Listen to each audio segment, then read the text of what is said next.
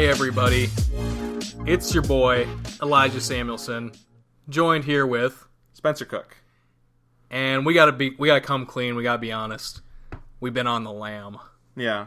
We got a lot of enemies out here at EDHTakes. Got a lot of people trying to drain me of my energy. They try and take away from We've crossed too many people. Yeah. We've been on the run, dealing with some police officers, some FBI agents that were sent after us by, I won't name them, but there's a few podcasts on the market that have not taken kindly to all of our threats of violence. They're trying to silence us. Yeah. And we will not be silenced. We will not be silenced. Except when we choose to be silent for around a month. Mm-hmm. Because we're lazy or preoccupied. Well, this actually leads me to a point, so maybe the listenership will have to settle a debate between Spencer and I. So we're very, anti-monetization, because I feel like the second you do that for a show, or, you're like, hey, support my Patreon, or hey, give me some money, it creates the obligation. Yeah. And so we decided not to do that, so we would never be beholden to anybody. Yeah, basically, only ourselves, hee. But I was almost to the point where we were lacking in motivation to do it, where I was like, Spencer, we should just do something like that, so then I'll feel like I have to. And I was like, I can't do it for myself. And I was like, fuck no, you gotta keep it organic, Eli. You gotta keep it organic. No, but it is a funny topic. If it does feel these days, though, like a Patreon for any sort of content creator is expected in a lot of communities, right? Like, if you're even moderate sized, you're gonna have a Patreon, and I don't know how I feel about that, honestly. Yeah, I mean, I'd be down for ads or something. Yeah, we're not. I don't think we're able to. But we are. Yeah. We cannot promote anything. I think we're unsellable. We're not. You're saying we're not super advertiser friendly? No. Yeah. Well, the thing is though, there's plenty of non-advertiser friendly stuff that you get like YouTube ads and stuff like that. They don't care for that sense. I mean, sponsors might care, but speaking of sponsors, TCG Player, sponsor me. You're my favorite service. You're all I use for buying cards. This episode is sponsored by the letter T. Sponsored by the Culvers I had for dinner. And all of the people working there. Yes. All right, so today we're going to be talking about the idea of casualness in Commander and what that means in the context of our format. Right, and I feel like many Commander players like to talk about toxic competitiveness, mm-hmm. or the toxic cutthroat mindset of Commander. And I don't know, we were thinking about it, and the more we have interactions with strangers or even friends of ours maybe, mm-hmm. I feel like the casual attitude or the mindset of Commander almost leads to more toxicity. And so we want to talk about the idea of toxic casualness, or when being too casual is kind of a drawback or a downside. Mm-hmm. Yeah. And I don't know. I mean, I play a lot of Commander, maybe not as much or maybe more than I want. I'll let you listeners intuit what you want.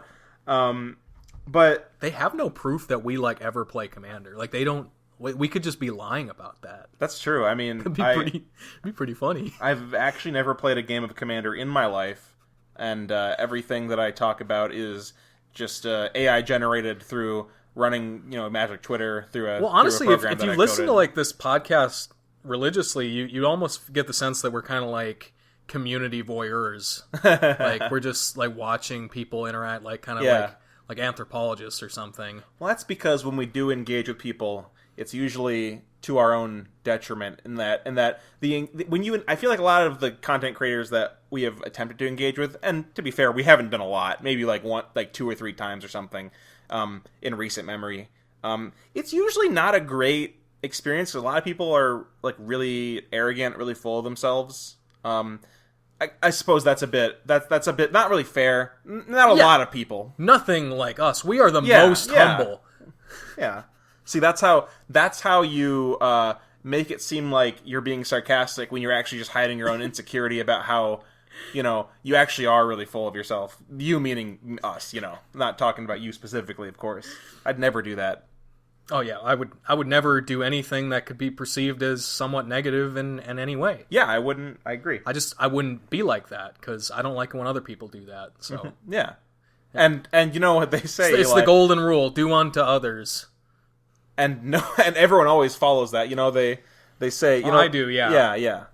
But oh my god, what are we even talking about?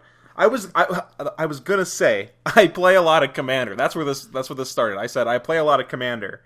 And one of the problems when you play a lot of Commander is that people get mad sometimes, and the reasons that they get mad can often be the result of their definition of casual differing from someone else at the table's definition of casual, and kind of how they are unhappy with the expectations that they had set for the game versus your expectations. Yeah, in this episode, this isn't really about power level discussions. It's just talking about how casual is this blanket term applied to pretty much whatever you want it to when it's convenient, and you remove it like when you choose, like, oh, like that thing you just killed me with, like, oh, that's not casual. So we're gonna talk about like different cards that people might say aren't casual, different play styles and different strategies. Yeah, and like you were saying, Eli, I think another way to put what you were saying is that the label of casual, like you were saying, you can kind of mold it to be whatever you want. It's you can label it into like kind of a toxic bullet to throw at anything you don't like and make the person feel bad. And if you do anything wrong, you are I don't want to bring in power level, but my kind of unfun deck or whatever, like, I mean, it's not competitive, it's casual, right? Like, that's what you might say. Well, if we're gonna go hard definition on this, like, what does it actually mean? It has casual to just is just not competitive. I feel like a by the books definition would have to be just like, opposite of competitive, right? Like just competitive it's binary, like competitive casual, right? On or off. Or certain things will happen, you'll play certain cards or play a certain way, and people will say, well, that didn't feel very casual. Yeah. It becomes a feeling thing. It's not a definition thing anymore. Yeah, and I really don't like I'm sure we've all heard a player in a game, someone play something, one of these kind of meanie the casual killers, if the meanie no cards. And then someone at the table will maybe groan or say something like, I didn't know we were playing that kind of a game, or that's not very casual, right? I think one of, not to jump ahead too fast, but I think one of the iconic things that I think of when I think of not necessarily this situation, but other people being upset is a card like a Grave Pact or something like that, where people are just like, oh, okay, I guess I just don't get to play. That's not casual. Like, my kind of casual isn't like you just edicting all my creatures all the time. And that's really super arbitrary, and I don't know if people may feel that, but I don't know if it's really fair to feel that if you compare that to other things that they might feel are casual that may be equally as oppressive, if that makes sense. Yeah. But yeah, is there anything else you want to talk about as the like a little intro before we get into our first topic about this, Eli? Is there anything you wanted to bring up? No, let's talk about some examples of cards that aren't casual or or quote casual. Yeah. Well, I already mentioned, the grave, like the kind of enchantment edicts, but I think a lot of the cards that people don't like are these lasting effects, these continuous effects. So like edicts on creatures, or whenever thing happens, your opponents do thing, or like whenever you play a creature, you get to blow up an artifact or enchantment. Some sort of repeatable or continuous fun killer, maybe. Yeah, like onboard, like continuous interaction type of deal. Yeah. That's one aspect of things that I think people really don't like, because they feel like anything that they do, if they don't have an answer for it, it's just going to be like kind of thwarted forever, right? Yeah, what is it? Aura shards? Yeah, that's the Selesnya, yeah. Whenever a creature comes in under your control, destroy an artifact or enchantment opponent controls. I think most people see them and be like, wow, I'm out of the game! Yeah, I can't play! And on a similar note of those cards, you have like the artifact and enchantment and creature stacks effects, right? Mm-hmm. That will stop people. Like, I mean, obviously hard stacks, like stasis and like stuff like that. What is the staff that the fading counters one? You know what I'm talking about? It makes you can only untap a certain number of, or no, you have to tap a certain number of things in your upkeep. Oh, Tangle Wire? Tangle Wire, yeah. I don't know why I called it a staff, huh? But yeah, well, and the thing about this is you can play like one card like this. Yeah. And all of a sudden it creates this sweeping generalization about what your deck is. Yeah. And what you're trying to do. You play like, I could play like my Thalia, and somebody like, oh, I didn't know you were playing a stacks deck. Yeah, I mean, I've played Liesa. I talk about her so much. I don't know, because I'm stupid and I don't have a lot to talk about. But, like, I've played my Liesa deck, and I've cast Liesa, and people have been like, oh, I didn't know you were playing a stacks game or something. It's the it's the only effect in the deck that does anything even remotely stacksy, and all. I mean, I guess it is kind of annoying, but I don't think that's anti-casual or something like that. Yeah, it's like anything you do that, like, on board slows your opponents down in any kind of way. Because even like something like Liesa, I feel like it's not even like that much of a stacks card, because it's not like a Thalia or something. It doesn't actually really stop you from doing the thing. Yeah, like you can still do the same amount of things until you get to that point in the game where you need like are under 10 life. But like, yeah, like I don't know, stacks cards are meant for the most part to be preventative, like early game, in my opinion. Usually, like, sometimes they be used for lockouts, but Lace is more like, yeah, it's weird. But you play the one thing that's even remotely close to it, and all of a sudden you're a monster. People also, I kind of get the idea that tutors are kind of a signpost that something might be more competitive, but people really do see like a tutor and immediately think like, oh, it's one of those games. And I don't really appreciate that, because there's perfectly fair ways to use tutors. I remember we listened, Eli, you and I had heard like maybe a Command Zone episode or something.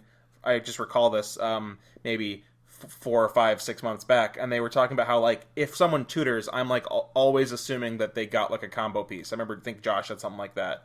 And it made me think like, is that really how the people play tutors in like quote unquote casual games? Because I think tutoring like on turn 2, like I'm getting some ramp or value or like card draw. That's what I'm getting. I guess I don't blame people for thinking like that, because in a wild environment, especially depending on the kind of people you've been playing against, if you've been having bad experiences, or like everyone gets that feeling like, oh, I'm being pub stomped. Yeah. And if you keep having that experience, I can get people making that assumption that like people are just going to do that. Yeah, that's a tough thing to really to handle. Like be able to. I think the issue is nobody likes having things assumed about them. So if I play a demonic tutor on turn 2 and I get, or if and I get like a freaking Read the Bones or something, right? Like something not even very good, or I get like maybe a better example is that new 3-mana enchantment that like lets you draw a card or make a zombie or whatever, make a clue token, something like that. The assumption, I don't like it necessarily being assumed that I'm pub stomping, even if like it's maybe fair for them to assume it, but like that if they comment like, oh, it's one of those games, oh, we're playing tutors, like I'm gonna take a little bit of personal offense to that, and I might feel like I have to justify myself, and then that could just be skipped, a little bit, maybe. Well, I think really the point of this section we're talking about cards is it's almost like you can play certain cards or certain types of cards, and you'll get to the end of the game, and like if you won that game, people will be like, well, you played a tutor, like, oh, well, you played Cyclonic Rift. You had a turn 1 Soul Ring. You played Mana Crypt. You had a Smothering Tithe on turn 4 in that game. Yeah, and it didn't get killed. Like, oh, you had like turn 1 Saracen, and like, oh, that win doesn't really count. That card's bullshit. Yeah, and it's a little bit cringe. I'm gonna say. I'm gonna call it cringe. I'm not saying that you or I, Eli, are above maybe implicitly discrediting someone's win unintentionally, right? Like, everyone's probably done that. Well, it's the thing with feelings. Like, you're not wrong for feeling a certain way, but when you vocalize, like, if somebody wins or, like, beats you, and even if you didn't like that person, but if they beat you, they win the game, whatever, and you feel the need to vocalize to them that you think they didn't deserve that, or how they had fun was wrong or something, you are kind of a bad person. You are a fun killer. You at least have to approach it responsibly, right? Like, we're not saying you shouldn't approach someone if there's like a power imbalance and be like, oh, maybe play something weaker next time, right? Like, that's okay, but you definitely have to approach it maybe separate from that game, so they don't feel like, I don't know. I just feel like we should be considerate of our opponent's feelings. That's all I want, like, out of the game, you know?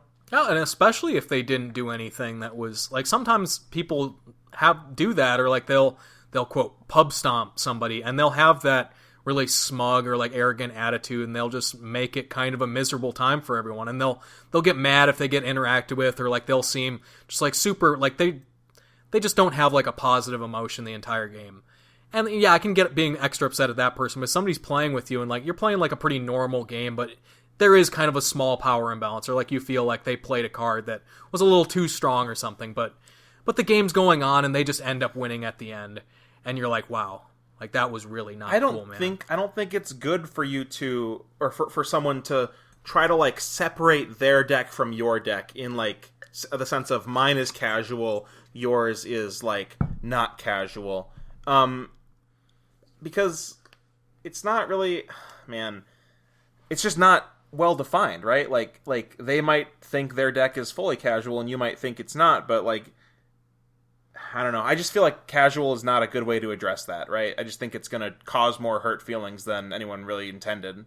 Or maybe you are intending to hurt feelings. I don't know. Yeah, I didn't have a bad interaction recently, but I kind of had a similar, like a close to something like this.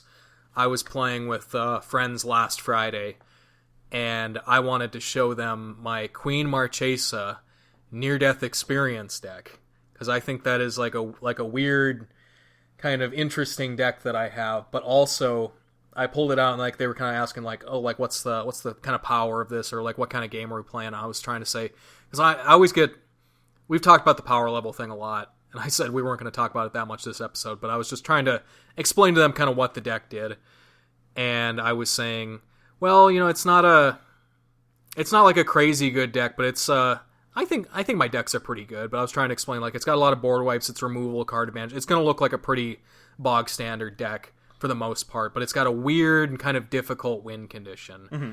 And so I wanted to like kind of adequately prepare them, and then I just played like the fragile, right? Yeah, and I just happened to play kind of the perfect game that game. I just had a lot of like early ramp, like good card advantage, and just kind of pulled off removal and one-sided board wipes at the perfect moments, and it got to the end of the game, and they actually just ended up conceding because I kind of had just a very imposing board, not like a hard lock or anything, just it was kind of like too much card advantage. Yeah. And I think you got an ulted Valky, you told me. And my friends, they said at the end of the game, maybe like, and I don't think they were upset or anything, but they were like, well, that maybe seemed a little bit more powerful than you made it seem. And I was like, yeah, I could see that. And I was like, I'm sorry about that, but I was also like, oh, I'd rather usually like undersell my deck, because you don't want to sound like super cocky, but then if you undersell it, you kind of seem like you're deceiving people. Yeah. And it wasn't really like them trying to say like, oh, this certain card you played or something like that was BS or whatever. But yeah, they weren't really like trying to invalidate my win, but I felt like I really appreciated that about how they handled that at the end. Like mm-hmm. they weren't saying like, oh, you did this, so that was bad. Yeah, they weren't. Yeah, that's nice. So that's something I would encourage everyone to maybe ponder for a little bit. Yeah, and like at the end of that game, like I did kind of feel a little bit bad, but they didn't like press into that and like try and take that away from me. Yeah. And be like, wow, you really lied about your deck. Like that was way too powerful, because Because I just played a good, like, that just happens sometimes. And I think it's good to assume people, your fellow Magic players, aren't literally trying to make the most lopsided game possible. I think that's probably fairly reasonable to assume, right? Yeah, I mean... For most people. You'd have to know people to, like, really understand this, but, like, I personally, like, I don't enjoy those kind of games. Yeah. Those games happen, like, more than I'd probably like, but like, you can attest to this, Spencer. Like, we don't really like that. We don't like games like that, because we just feel like... Yeah, we don't want to just crush everyone, like, with no... I mean, it's fun to play the bad guy sometimes, but not, like, that hard. Yeah, you don't want to be the bad guy where, you know, the superhero is powerless, right? You want to be the bad guy where you overcome the superhero, right? And you beat him with some trouble. Yeah, and especially in when you get in that situation where it's 3v1, you don't want to have that be fight. Like 3v1 should be a hard fucking fight. Like, yeah, if you play that and it's easy for you, like, you should feel a little bit bad. I think, like, not like like that's gonna happen sometimes. Like I said, but that should not be an easy situation to overcome. Yeah. Well, why don't we jump on to?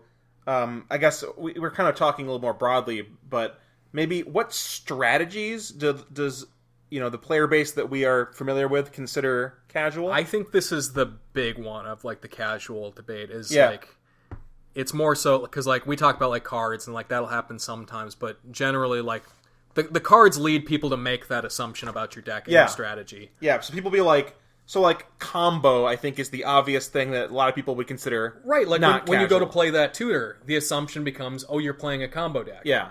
Or if you play a card that could combo with something, obviously the assumption is you're doing combo stuff. Or even if you do combo out and win a game, like, there's just very mixed reactions to that, right? And I think a lot of combo stuff fits well within the realm of casual to me, but for other people, it has no place in the realm of casual. Yeah, it's weird because I feel like there's a pretty even split in casual Commander players, and by that I just mean, like, non-CDH players. Well, even like Josh, I remember a recent episode on the Command Zone. He was talking about how, like, he built, like, a deck or something. He's making maybe his game nights deck that he made or something. He's like, oh yeah, it does go infinite, but it takes, like, it's like a Rube Goldberg machine. It takes, like, 6 cards, and so it's fine. And I think there are a lot of players who would not think that's fine for a casual deck, right? Yeah, there's the people who draw the hard line of, like, no kind of, like, no matter how many cards, like, no combo, no infinite combo that ends the game is okay. And then there's another side of Commander players where I feel like they have the mentality of multiplayer it's very hard. It's hard to pull off, like, other win conditions. So really you ought to be trying to combo because otherwise it's like an end of the game. Yeah, right? Games need to end, and, like, how else are you supposed to easily do that? Because it can be frustrating to try and win with more fragile win conditions or things like combat. Yeah. Because it's just, you can get so easily thwarted, and that can be discouraging for people because people do want to win. Yeah. And then we'll brush more on that maybe later in the episode, but yeah. And there's a little bit of an in-between there of people that are like Josh, like I was mentioning, who's like, okay, well, if I'm not trying to combo, but I do combo, like, it's fine. Like he made his Orvar the Omnipotent deck, and he's like, every time I win with a combo, I take a card out, but he's still playing, like, Turnabout in that deck or something, and it's like, oh, you don't know that's going to go infinite or whatever? Okay. He's like, I just put this a value Peregrine Drake. Yeah, I just have Peregrine Drake. It's not like he's like, I purposely try to make this deck with not to have any combos, and whenever I combo, I take something out. It's like, Josh, bullshit. I don't. You didn't think that hard about it, I think, or no flame. But it's hard for me to believe. That's all I'm saying. I'm a little skeptical. Spencer, I'm just playing that Kiki Jiki in my feather deck. Well, that is just value. Yeah, but the resto ain't, man. That's the problem with some of those combos, though, is like all the cards are just good. Yeah, they're just good like, cards. I'm not trying to combo in that deck, but like, for example, the Dualcaster Mage. Yeah, and Ghostly Flicker or whatever, something like that. Yeah, or what you have one in Twin Form or Twin Flame. Twin Flame. Yeah, Dualcaster Mage. Anything that makes, like, enough copies. Oh yeah, because that's infinite Dualcaster Mages, right? They're all just good cards, man. That's the problem. Yeah. And I don't like combo, but it just happened in that. I could maybe take out the Resto Angel, but I mean, and there's not. I don't think you necessarily have to or whatever. But whatever. The point is, people really don't like combos for quote unquote casual, right? But another thing that I think people, or at least some people, are very against in a casual game is the idea of an aggro deck. I mean, some people just think that aggro decks aren't good, but other people might say, like, aggro is, like, against the spirit of the format because you're trying to kill, like, one person. Which is funny, right? Because it's almost like the opposite of combo. Yeah. If you're going to go for, like, win conditions, right? Yeah. So... It is the least deterministic. It is usually one player at a time. Yeah. So, you were saying, Eli, Sarah Ascendant, right? I feel like it's kind of an aggro card. I mean, that's probably fair to say. But people would maybe think that if you attack one player with, like, you know, a lot of damage early in the game, that's not casual, because I don't know why. I don't know what does casual mean, like, guarantee we're gonna live to turn 10 and, like, nobody's gonna die before that? I don't know what they mean by that. We'll have to talk more about this in the next section. We're going to talk about, like, Playstyles and the mindset. But I think people... I remember the anecdote I probably told on the show before of the last time I had a really bad run-in with, like... Well, I've probably had worse experiences, but I remember playing with a person I just met at the game store, and I was playing my new Perforos Bronze-Blooded deck.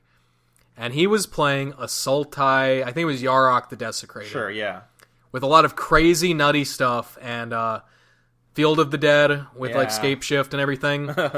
And so I was going after him a little bit. Yeah. He wasn't quite dead, but I was like, and I didn't think I didn't think I was going to kill him, because the other players I was playing with, they really, like, weren't doing that much. And yeah, Sultai decks have good ways to survive things. And the game before this, I had knocked out one of our other opponents pretty early in the game, and I start kind of beating on this guy, and he just, like, turns to me and he's, like, getting kind of upset, and he's like, no, you know, I can tell you're the kind of person that just, like, likes to take out one person at a time, but you know, I only have, like, the 1 day a week that I can come and play Commander. So I think the casual thing is, like, the expectation that you're not going to get, like, knocked out of the game and have to sit there for a while.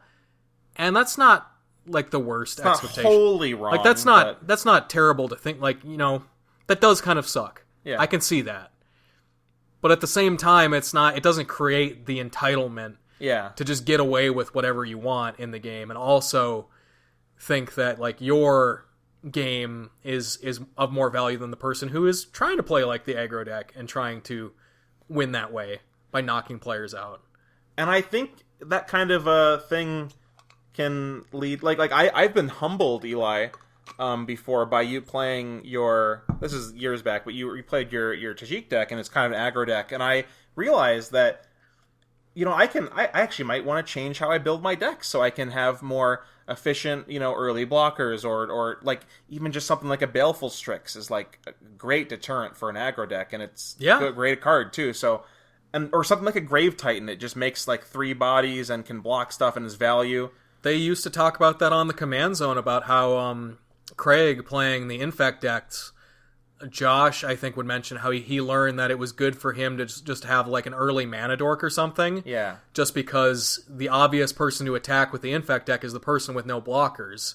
So even just having a blocker, even if it was going to die in combat, was a good enough deterrent to kind of, like, sway that away. And, like, that's like a kind of a cool, like, learning moment. Like, yeah, and so I think the idea of, like, combat aggro, there's, like, a healthy balance of, like, gameplay, like, deck building decisions, and, like, learning that I think could do good things for casual, personally.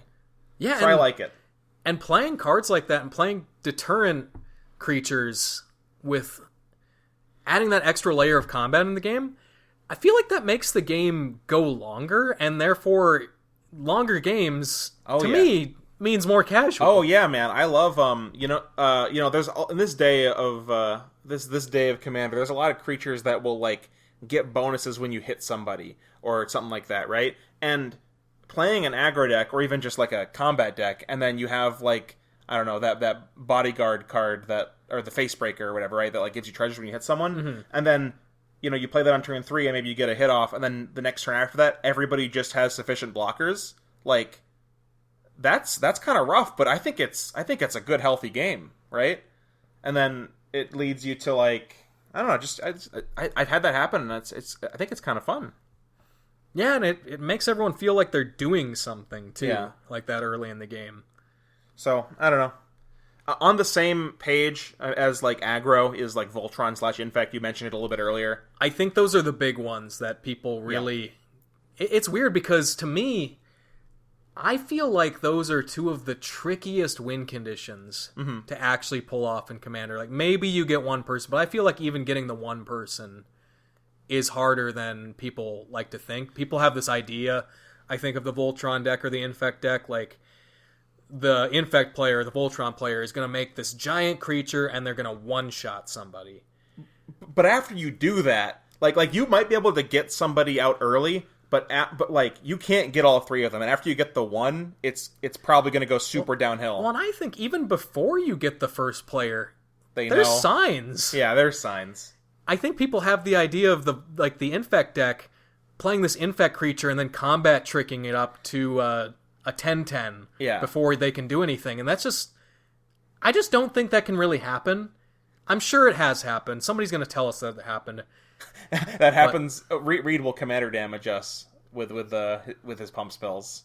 And he does do that. Like, cards like Berserk let that happen, but there's still kind of a sign there. Jesse does that too, sorry. Somebody gets to X amount of mana with X cards in their hand, and they have a certain kind of creature, be it their commander or something with Infect, and there's sort of signs there. Like, there's something you can sort of see. And they attack, and maybe it's a weird attack or something, or maybe they just giving off that vibe that they're gonna hit someone, they're gonna kill someone.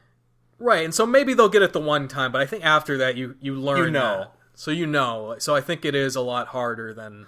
And to get that to get that sort of thing to happen consistently, you really do have to be playing a lot of like pump spells in your deck or something, right? And if you're doing that, like that, your deck kind of becomes more one note than I think it should be. And I'm not going to say that we're immune to this now, but we've played with people like that, Spencer, and I feel like we don't let it happen anymore. Or at least like if it's going to happen, you've kind of realized it ahead of time. It doesn't surprise me. Like, there's some times where I'm just like, if it's going to happen, it's going to happen. I can't do anything about it. I'm just going to play my cards, and we'll see. Yeah. Yeah, and that's okay. But a lot of the time, I'm just like, not today, Reed. No. Not this time. I've got I knew this was going to happen. You picked the wrong opponent. Should have chose the more naive opponent. I've been beaten down too many times. But, I don't know, I guess... just a couple more things that I thought was kind of interesting or funny about the strategies that are not casual. Well, yeah, what's the pillar of the format? Ramp and card draw, right? So ramp, I think people be like, oh, casual, like battle cruiser, like play a bunch of big guys and like maybe ramp into big guys and hit people, right? Ramp spell. So ramp is casual, but too much ramp is not casual. The wrong kind of ramp. Yeah. I think that's fair to say. If somebody's playing fast mana, all the fast mana, the Moxen, the exploration, burgeoning, stuff like that. That does not appear very casual. Yeah.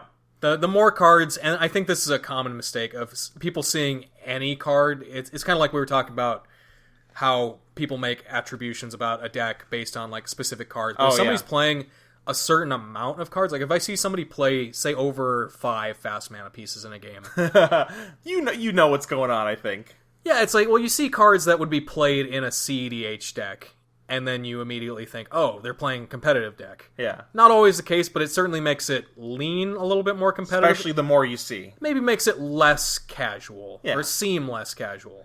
But at the same time, I've seen people play Mana Crypt. I mean, probably myself included, in decks that I would say aren't competitive. Well, yeah, people play like quote-unquote casual decks, and they're like, I play Mana Crypt because I'm playing a 7-mana commander and I need it.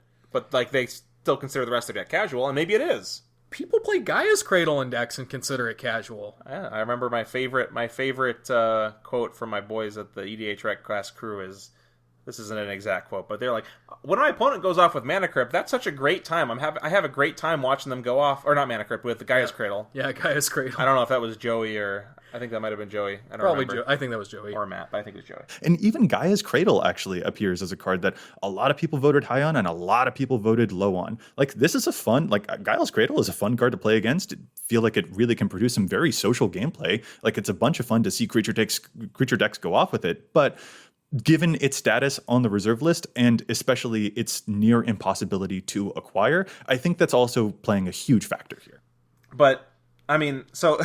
Ramp is casual, too much ramp is not casual, but stopping ramp is also not casual. It's too much ramp, casual, or sorry, too much ramp is competitive, but stopping that too much ramp might not, it's not. Yeah, if you destroy somebody's mana rock, or you counter their ramp spell, oh yeah, that's not very casual. Or you play like a Stony Silence or something, right? Oh, that's very not casual. That's a stacks piece. Yeah. Or, if you play one of those new effects that stop people from ramping, I can't remember, I think there's a couple white things. Or at least, like an Even Mind Sensor, sure. like Opposition Agent. Yeah. Opposition Agent, maybe that's less casual. But yeah, stuff that... People be like, I'm just trying to ramp, like, why are you... it's like, oh, I mean, I guess, but... I don't know, okay. Like, I don't know, I kind of have that feeling of, like... everything's okay, or nothing's okay. I don't know. I get weird vibes, okay, from people. Also, if you just get to, like, 10 mana a little earlier than people think you should, all of a sudden, it's... Like, you can play a couple of, like, good ramp spells, maybe like a mana doubler or something, and then all of a sudden you're like, oh, that's... Didn't know we were playing that kind of game. Yeah, that's one of my trigger words I hear, and I just freaking... I get so triggered. I hear that phrase you just said, Eli, and that sets me off. That I go into full on like catatonic mode. Oh my god, my blood starts pumping fucking 200 miles per nautical centimeter. But you know what's really like not a casual strategy? What? Just whatever I lose to. True. Whatever has beaten me. Oh, you're playing too many board wipes? That's not very casual. Control's not very casual. That's not very casual in Commander. Oh, you wheeled? You played like a wheel burn deck, you know what I'm saying? Like a Nekusar? That's not very casual. Whatever. Yeah, anything I lose to, not casual. Base. You're playing a green deck? That's not very casual. Oh, definitely. No. That's just true, though, right? I'm just kidding. Green it's too strong. The only thing casual is dinosaurs and zombies and kitties and doggies. Yeah, you pretty much have tribal, like really like battle cruiser tribal, and that's okay. It's funny though. Actually, a new friend of mine, Lane, plays some very good, like very strong casual decks, and it's kind of cool to see that because like this is gonna sound very disparaging, and like I'm sorry, Lane, if you're listening to this, but. Usually, like, I see a tribal deck, and I kind of immediately make that attribution of, like, it's a little casual. Like, a little for fun, you know? Yeah, like, because it's, like, more thematic. It's, like, something, and that doesn't mean that it has to be weak, but usually it's just, like, it's the sort of thing that appeals to, like, a new Commander player. I expect they're playing a lot of bad tribal creatures. That's my expectation. Yeah, they've fallen into the tribal trap, but it's interesting to see somebody who's just building good-ass tribal decks. Yeah. And we kind of goof on it how, his favorite card is that Kindred Discovery. And yeah, it's just like it carries so much. Like he's good. They're good decks, but it's just like that's like his spirit card because that card's fucking cracked. That's his Patronus. Yeah, it's just amazing. Based. Well, another thing about. Well, I guess no. That's probably good for the strategies, right? But we also have play styles that aren't casual, right? Like this is, I think, something that you really want to talk about, Eli. Yeah, because I think one of the other ideas of this episode was there's this sort of mindset in Commander that if you're playing for your own benefit exclusively, or if you're playing to win, that you're a bad guy, that you're a bad actor. If you're trying, like if your goal going into the game is like, I'm playing to win, I'm also playing for fun, but I'm playing to win. Yeah. And that's okay. There's nothing wrong with it. I think the game's This is what kind of sparked this episode, was my thinking of some interactions with certain players who their goal is honestly, for the most part, never to win. Mm-hmm. And thinking how that affects games sometimes. And how if somebody's going into a game and they just have no intention to play for their own benefit or like do anything that benefits themselves. They're going to do whatever's funny or whatever they set out to do, I guess. Yeah, and that's like great for them. Like that's fun, but like it can be kind of frustrating. There's that level of toxic casualness. I think I would attribute that to, right? And mostly when I've engaged with people like that, they don't force that worldview onto other people, which is what I really appreciate about the friends that we have that are kind of like that. Like, they don't get upset when they see other people, like, trying to win. But I think some Commander players are kind of like that, where they're like, oh, I don't really play to win. We're playing for fun. We should all be playing for fun. Like, you shouldn't be, like, trying to, like, eke out little advantages and stuff. There's a sentiment called, like, playing for the table, and I think in certain groups, let's say that my opponent plays a Torpor Orb, right? And the Torpor Orb does not affect me at all, but one of my opponents is playing a heavy, enter the battlefield deck, and it really affects them. Someone that is very inclined to playing for the table, as I'm going to say, might think that it is my responsibility to help out that player, not even for political reasons, just because it'd make for a better game if they, were able, I have to kill the stacks piece that doesn't affect me because it's hosing my opponents or something, right? Like, and not to say that it's wrong to do that, and you could probably make a deal if you want or whatever, or maybe you just want to kill it because you want to see people have more fun. But I've seen people like chastise other people for not, throwing their own resources to help other people, like selflessly, for not being the most selfless player in the world. Like, if you're not literally the most selfless spirit, no pun intended, you're just a bad person. I got a similar anecdote to that, kind of on the opposite end of, sometimes you might make a play that, like, it doesn't seem like it benefits you, but you're kind of trying to kind of prop up your opponents a little against each other a little bit harder than was originally happening. Like, say, for example, I was playing in a 5-player game a while back, God help me, and I was probably like close to the farthest person behind. I just did not feel like I was winning that game. And I'm not the kind of person to like throw a game or like do something to like try and king make somebody. But there were 3 players who were very strong at that moment. And there weren't any kind of like alliances or deals or anything.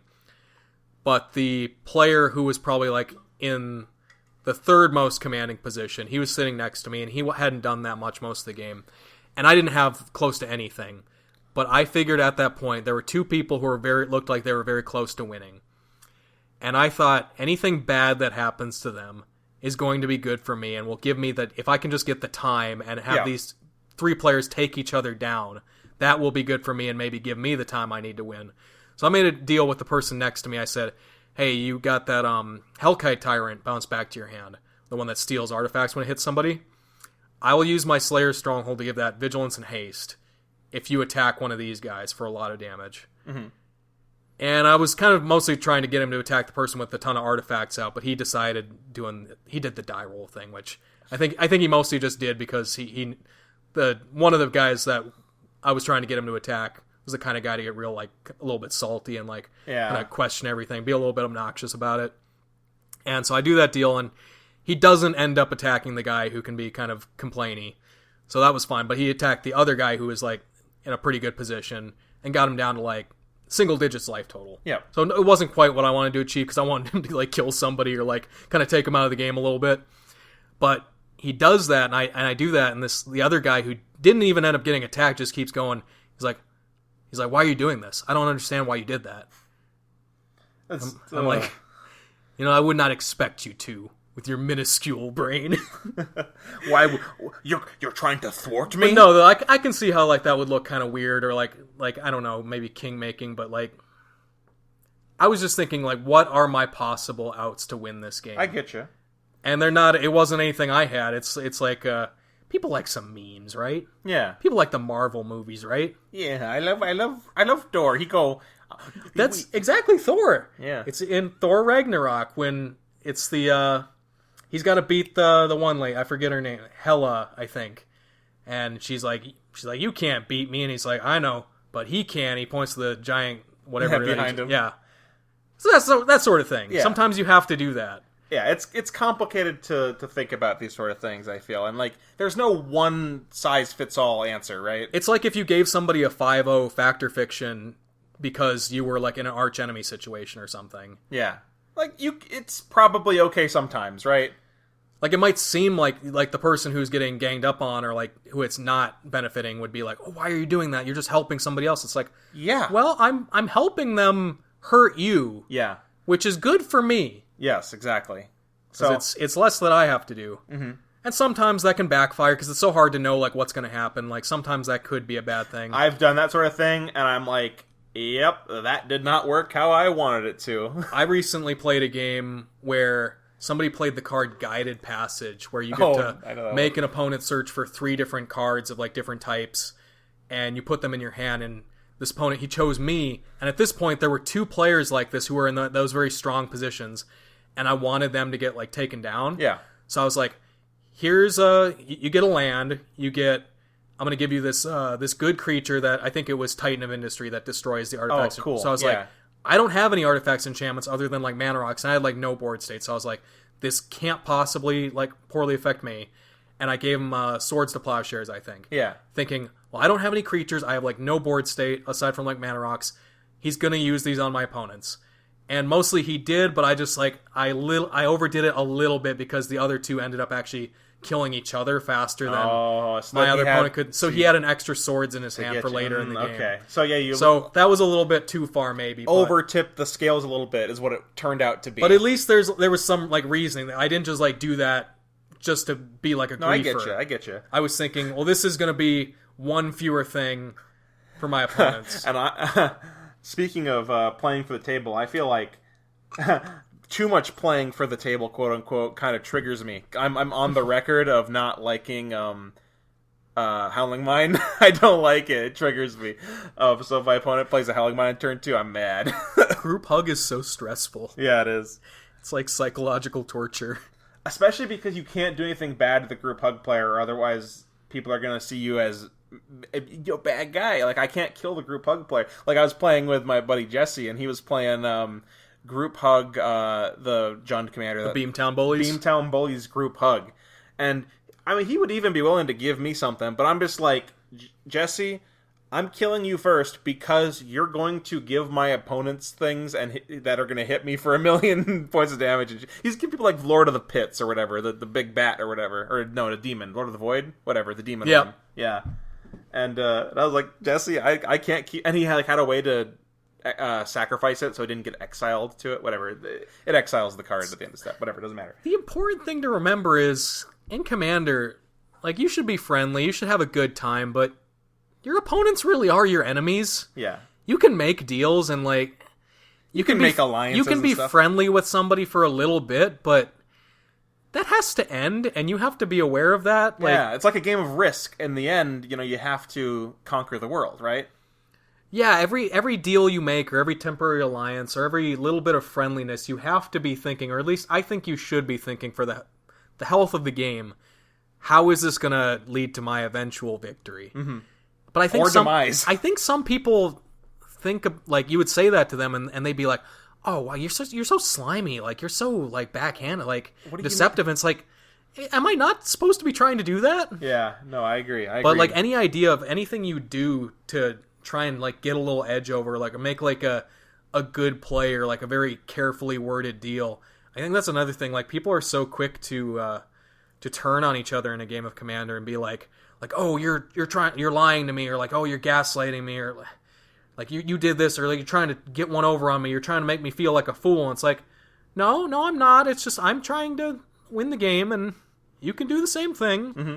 We're not trying to lie to each other. You shouldn't do that. I'm not advocating for that. But you should just try and play smart. Like, I don't think there's anything wrong with that. But they'd say you're too spiky. Yeah. You're too competitive. Yeah. Well, besides playing for, like the idea of like playing for the table versus playing for yourself, another play style that a lot of people don't like at all is any sort of like attrition based deck or any effect that stops anyone from doing anything. People will say like if a card says stop on it, it's not casual. I think I saw someone on Twitter say that. Any card that says stop or don't. Like can't, yeah. And it's like, okay, but and then if you extend that, you can extend that even further to people being mad at like any deck that's like its win condition is attrition. So you might think of like, I don't know, you might think of like a Sultai deck who wins through like or maybe like a Muldrotha deck. It wins through like rebuying, Spore Frogs and what's the enchantment that blows up the board for X mana? Yeah, whatever that's called. Or something like that. People really get frustrated because one, the game doesn't end, and another thing like Tiny Bones. Command Zone always talks about that. How it's like I came here to play the game. Like I don't want to not play the game. So like the attrition is not casual. And I don't know. I feel like attrition is one of the playstyles that I like a lot, and I think it's just as valid of a casual playstyle than many others, as many other playstyles. So I just want to get on my soapbox and say that I like, as Josh Sequoia coined one time and never referred to again, constrictor decks. He said this one time about one. They coined this on an episode, and then I don't think they've referenced it since. That is. Decks it's like a boa constrictor. Yeah, it squeezes you out of resources. Like slowly wrapping around you, and then it just puts on the squeeze. Yeah. That's what Josh does to his employees. He just squeezes their neck until they... That's what he's done to Jimmy over the years. Yeah, unfortunate.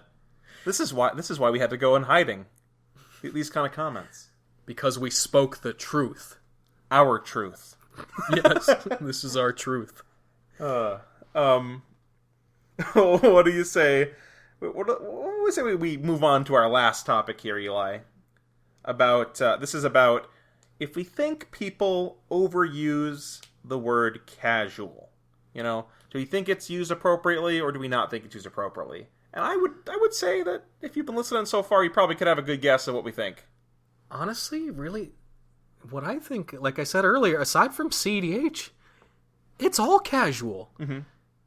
I mean, even if somebody brings like a CEDH deck to your regular commander pod, like you're not in a tournament, you're not playing for anything. People will say the term casual competitive like that means something, or competitive casual or something. I'm like, I don't understand, but okay. And it's like, yeah, just I think it's all just kind of commander is just casual. Like it's all casual. So what's the point of like distinguishing that? Like I get that you can have CEDH and like you can like draw the line, like you can make your own pod and your own meta and play more competitive games. You can play with more competitive decks. But yeah, this whole casual is a mindset thing. It really kind of has to be a mindset, but it has to be consistent for that to really mean much. Yeah. Players have to agree on what the mindset is, and that's just not... I don't think that... In the wild, I don't think that is common, actually. I think a lot of players... I mean, maybe they have close definitions, but there's like always those one or two things. Like I saw some Twitter thread that was like, what's the card that you see that makes you think our definitions of casual are different, or like worlds apart? And you see some people saying stuff like Butcher of Malakir, and I'm just like, my definition of casual versus your definition of casual are like, a little bit apart, right? Well, yeah, most of the not casual cards, I think the general casual player base considers be like too strong, or they're like those casual killers, like we did that episode on. Like they're really like that. Yeah, sure, they'll stomp on casual decks pretty good sometimes, but they're not really good in competitive. Like they don't get played in competitive. I don't think people play Grave Pact effects in competitive Magic like at all. Yeah, they're just not very good. They really don't have a home. Yeah, they don't have a home outside of casual. And also, I think most people have some sort of pet card that they like that they consider casual, but someone else considers not casual. So even if I'm a casual player and I don't like any of these casual killers, there might be one that I like that I make an exception for, but someone else might not see it that way, so they get upset.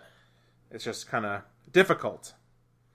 Yeah, I think it's really just it's just down to the person. You just, like, I think we've run across people who play really strong, or they'll play, like, fast combo decks, and then they'll be like, oh, yeah, like, this is my really good deck, and then they'll pull out their more casual deck, and it's still, like, a really strong deck, and they'll be like, oh, it's casual, because it doesn't have combos in it. Yeah, it's like, yeah, okay, like, yeah, sure, but I believe you believe that, but I don't see why you can't understand why other people wouldn't see it that way. Yeah.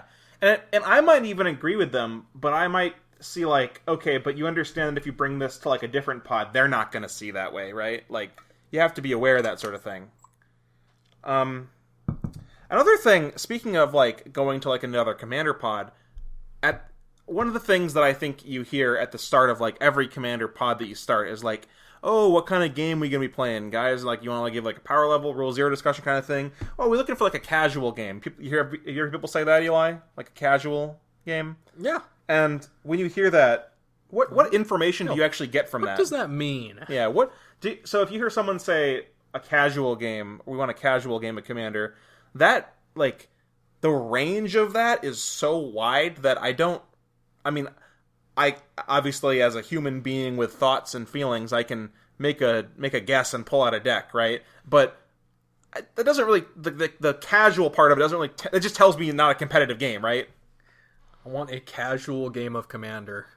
Bit of an oxymoron. No, not oxymoron, redundant, I guess. It's a tautology, you know, yeah. It is, I want a game of Commander is really what you're saying. Yeah. Yeah, oxymoron would be like the casual competitive thing. Yeah, but yeah. But I don't know, man. It's just not a hard set thing like you were saying. Yeah, so I just really think it's this whole thing is just gonna require a little bit more empathy and understanding on everybody's part. That's one of our podcast's biggest things that we preach is empathy, understanding, and hatred. Empathy, understanding, and vitriol. Those are the three things we stand for. It's like the Triforce. Yeah. It's like, you know how... the courage, wisdom, and power, they got Zelda, Link, and then fucking Ganondorf in there. It's true. The trio, the gang. But, yeah, man, it's just a subjective thing. It's going to mean different things to different players, and that's just how it's got to be, you know?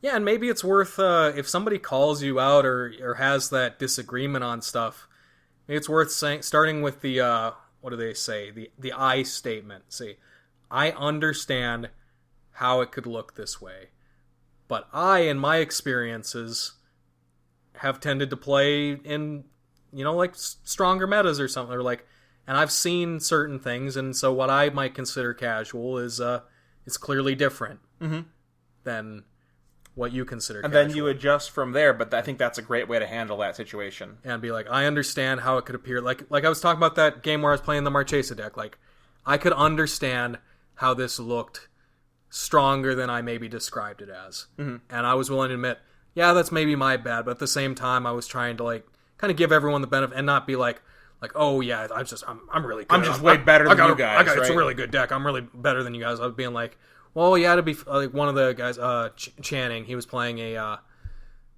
AC, yeah, Dire Straits or whatever. He had a pretty good start, but he ended up missing a couple land drops, and I had a timely removal spell for his commander before I played the first one-sided board wipe. So I removed his commander, and then he just, like, didn't hit land drops, and he was kind of out of gas because he had ramped into it from a burgeoning. Yeah, and then I removed it, and then he didn't have any more lands or, like, cards in hand because he hadn't drawn any cards off of yet. Yep. Shame. And then everyone else, just like, somebody could have attacked me for the Monarch earlier in the game, but just nobody did because they would have lost a creature. So I was like, yeah, that's another thing that could have things just rolled out pretty well. So I think the best thing you can do is, if you're in this situation, do whatever you can to try and preserve other people's egos, because I think that's the worst thing you can do is try to, like, if somebody feels bad, like, they're already going to feel bad if they feel like there was a power discrepancy.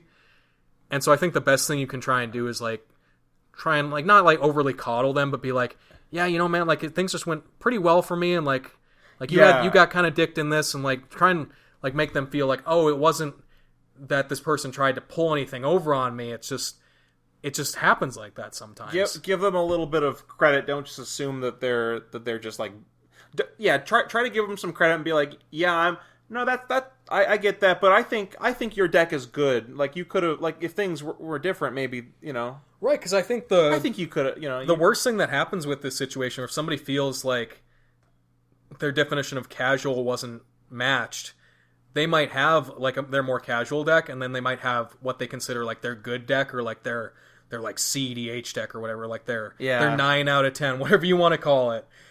And they'll immediately go to like, oh, I lost this game. I have to pull out my strongest deck. I have to overcorrect for that because otherwise my ego is bruised. Yeah, otherwise I'm infantilized if I don't pull out if I can't just come and prove that I can play with the big boys and step it up, right? Right, and I don't think that's a healthy mentality, and I think that does kind of, it's weird because this casual mindset thing, people don't like it when they get the impression that other people are just playing to win or like doing whatever they can to win. But then at the same time, they're getting a little bit upset because they didn't win. Yeah. And they might say, well, I'm not mad that I didn't win. I'm mad that this person was trying too hard to win. But it's like, if you don't care about winning, why do you care that they want to win? Yeah, I don't know. What are you losing there? It doesn't matter to you. One thing that I, kind of contrary to that idea of, like, playing a better deck, when you lose or whatever like that, I feel like I don't have enough weaker decks that I want to play, so I think I need to make a couple more, like, forgive me for using the scale, but I need to make a couple more 6s, right? And I'm not trying to say all my decks are, like, broken, but, like, the decks that I like to play tend to not be able to have great games with a lot of like pre-con level stuff, is what I mean. So I usually start out with like my Lace deck, which is if I'm in a new pod, is my probably most quote unquote casual deck, right? Like my most fair, maybe kind of straightforward and not playing efficient removal, efficient reanimation, like kind of plays some purposely weaker cards.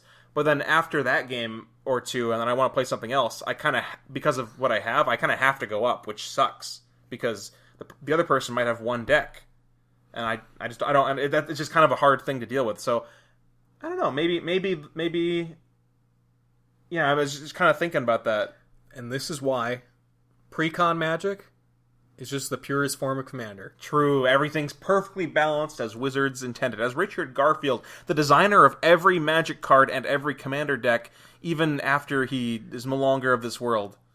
Oh, so speaking of pre-cons, and this leads me into, I was thinking it might be like a good segment or something, because we like to talk a big game that maybe makes us come across like, oh, look how smart I am compared to these people. Big dogs. I was thinking of having this thing that we could call like our Mongoloid moment of the week.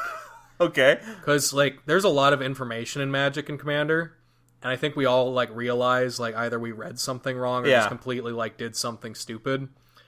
So I played a pre-con not too long ago. I played the new black-white party deck. Okay. From the D&D. That card seems cool. Oh, that commander's cool. But I played that new 3-mana enchantment, the Black Market Connections. Yeah. Great card. And I remember thinking like, yeah, this is a pretty cool card, but I didn't get to use it too much because it was a very quick game. But then I was listening to the Command Zone set review today, and just for the first time realized as DJ was explaining the card that you get to do all of them. Yes. As many as you want. Somehow my Mongoloid brain read that card and thought, you choose one, and was like, that is good. That is a good card. I understand. It is. That seems like perfectly reasonable. But you get to do all fucking 3 of them.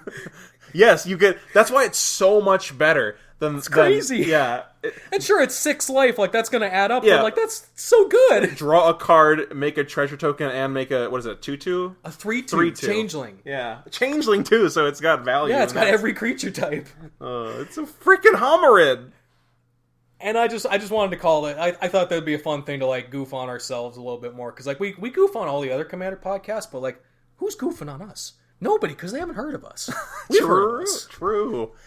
You know, they say, like, you are your own Biggest critic. I mean, I feel like I'm usually pretty good at like reading cards well, but like I don't understand how like maybe I it's am just, not good at reading cards well. Maybe I just saw that card and like You wouldn't just get to do all that, right? I saw that it was $15 and I just thought I'm never gonna buy this card. I'm never gonna have this card. So why even like commit it to my memory?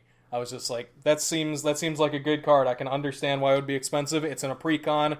When they do that, when they make the rare card that's only in the pre-con and like the collector's boosters, you understand it's going to be expensive. That's like that reminds me of when oh god, what's the Archaeomancer's map came out. That was like a $10 card, I think. Or was that's a spendy one. Yeah. This is like the Archaeomancer's map of.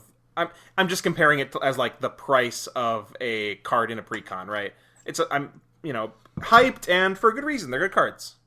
Yeah, because I guess initially I was just like, okay, it's a more flexible Phyrexian Arena. Yeah, Phyrexian Arena's around $10 usually, sometimes more, sometimes a little bit less if it gets reprinted. So I was like, I could understand why this would be $15. And now you're like, oh wait, no, it's just strictly better Phyrexian Arena. It's also only one black, right? Yeah, it's way better. Yeah, based. Yeah. So you got any good Mongoloid moments, Spencer, that you could think of? Any self-reports? Not off the top of my head. Oh no, I do have something. I pride myself on being pretty good with the rules, but man, there's like 2 or 3 times in the last couple weeks or like a month where I've just had like stopped the game, like, hey, I got to explain how this like game mechanic works or how this card works, and then I realized that I completely just misunderstood what was happening. So I'd like be like, no, this, and then someone would point out, I'm like, oh no, I just totally was I totally just did not understand like what was going on, and I was explaining something that totally didn't matter at all to whatever was happening, and you feel like such an idiot. You're like, oh, carry on. Oh, and it sucks too because like I think I might remember like once or twice this happened, and like playing with people that like you're not super like close with or anything, and like I know you, Spencer, so like I know you mean well, and like you're trying to like help maintain the game state and everything because you know more about the rules than just about anybody I know, I think. But yeah, you're trying to help people, but then it looks like you're trying to like do like that pushes up like, well, actually, but you're not, and then you get owned. It's like, yeah. I'm just trying to make sure that people like get the thing, do the thing that the card says. Well, and I get where you're coming from too, because like we've played with a lot of people, especially at the game store, with certain people. You really do have to police what they do because they're just not going to know. They really like aren't paying attention to what their stuff is doing. But then, yeah, I think the one time you did that, it was specifically with somebody who is on top of it. Yeah, and I was like, oh, I explaining something. And I just like, completely was like, they said something. I'm like, oh, I didn't even realize that was what was. I totally missed that part of it. You're completely right. That actually is maybe one of my number one pet peeves, though, is when I'm playing with people or like strangers and I have to game police them to make sure that they just like actually read their cards and stuff. Do you ever do the thing where you're like, did you draw a card for the turn? Oh, dude, when people forget to draw, I'm like, that's like forgetting to bounce your land to your hand with your bounce land. It's like forgetting to punch in at work or something. Like, do you not want to get paid? True. Yeah, it's like, it can happen, but it's like, you want this thing. I actually did that today. I was working for some stuff and I clocked in a little late, so I clocked out a little late, but that fucked up. So that's funny. Yeah, the positive incentive is there. It's like, yeah, well, every once in a while it'll happen, but yeah, it happens. But it's just kind of funny to be like, oh yeah, don't forget to draw a card. You never want to say it because you don't want to feel like you're being a burden, like you're being like, oh, by the way, haha, reminder, haha. You don't want to be patronizing people. Like, you don't want to feel like you're condescending to somebody. But also, I want you to get your card, homie. Well, yeah, and I don't want you to be like 5 turns later, like, oh, I think I forgot to draw a card. Like, oh, and then try and like count up like all your every card that you played. That Bro, the amount of times that I've done that is more than I like to admit. Like, just had like counting and be like, did I draw a card this turn? You catch it early though. It's just fine. It's usually the turn of, yeah, right? If it's like turn 2 or something, like whatever, and you catch yourself. Yeah, that's pretty easy. You'd be like, okay, 11 cards. It's turn 3. Yeah, okay, perfect amount of cards. There you go. But yeah, well, why don't you say we bring this to an end, Eli? Yeah, let's wrap it up. This was fun. If we return to the show, you can expect Another episode probably in like September, I would guess. Yeah. Yeah, I might have to push it back to October. I'm planning a Halloween party, so I might need to, Oh, one thing I want to acknowledge. So this is a little bit tenuous at the moment, but we have sort of, in a way, hit 500 subscribers. Yay! Big moment. I just wanted to say thank you to everyone who listens, and especially everyone who's subscribed. It means a lot. It really does. And I really do apologize genuinely for the last month. I've started a new job, but that's not a good excuse to like. I make a lot of excuses for like why we don't do stuff, and I think I actually might be the kind of person, and this doesn't make a lot of sense, but when I have a lot of free time, it's almost like I have no skeleton in me to like hold me up and have me do stuff. But when I have a job, it's kind of like that backbone. I think that like gives my life structure and makes me appreciate my free time more.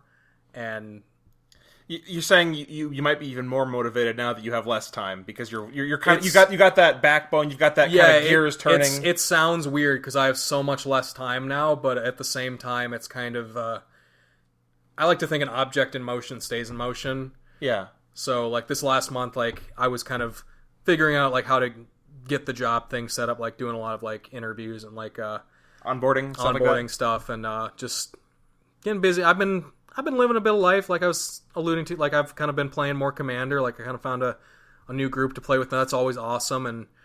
But, yeah, I'm just not very economical with my time. Based. And so we're going to try and be better about that. Yeah. Because this is something that I really enjoy doing, and I really appreciate, Spencer, that you put all the time into working on this. But at the same time, there's just not a lot to talk about lately. That's true. And it's kind of been a slow news month. Yeah. Yeah, it do be like that because we don't like doing like the kind of easy set review content, right? Yeah, we could do set reviews. We were thinking maybe doing, like, reaction stuff, but that would probably be more of a video than a podcast. Yeah, and it might be a little bit more it might take more effort because it'd be a little more put together than just, like, a, straight whatever. We do want to make some other videos. We have thoughts about, skits or other stuff. I know I made that one Tribal Trap video that was potentially part of a series that there's only one video. Maybe more of that, maybe not. The problem is I just set strict criteria of what it is, so it's hard to make another one because I can't meet the criteria, especially because one of the criteria was that I had to be something that I actually played in paper or whatever, like myself, so I'm not bullshitting, and that makes it harder to crank out videos. But yeah, we're gonna be hopefully back and trying to make some videos. If there's anything that you guys would like to see, as opposed whether that be podcast topics or other video concepts, I know we got 2 more tier list videos that we haven't really done in a while, but we're gonna finish out that at least finish out the guild series at some point. Yeah, and speaking of topic ideas, now this is a pretty common thing to do, but I thought it would actually be a lot of fun and a pretty easy video to get out. For the 500 subscribers, I would like to do like a mailbag thing, like a Q&A. If anyone has any questions they'd like to submit to us, like especially like deep. It doesn't have to be super deep, but just stuff that we could talk about. Something that we could answer verbally, If you want to leave that as a comment in this video, that would be great.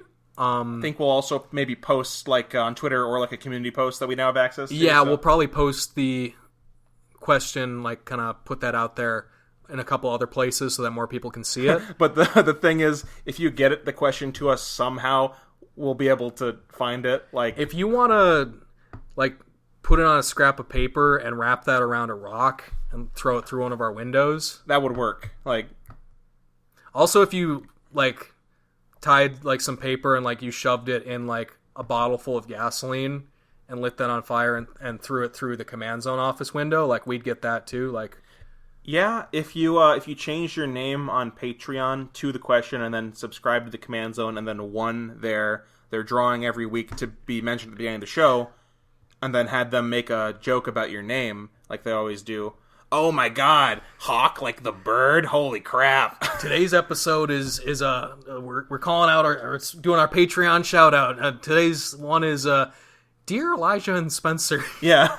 No, they really do be like... They'd be like, wow, that name's so weird. They really do be like, oh my god, today we're special shout out to Arnold Johnson. Arnold, get to the chopper. Like, it's the funniest thing in the world. Jimmy'd be like, this name sounds a little foreign. I don't like it. Eli, do you want to... I know we're signing off, but do you want to tell the quick story about how the Command Zone shouted out someone that slashed your tires? Oh, no, that's a different guy. Oh, damn it. I'm 90% sure, because the guy had the same name. They did a Patreon shout-out to a guy who, when I was living back in Fergus Falls, broke into my house multiple times. Oh, not the tires. My bad. was, like, stalking my ex-girlfriend.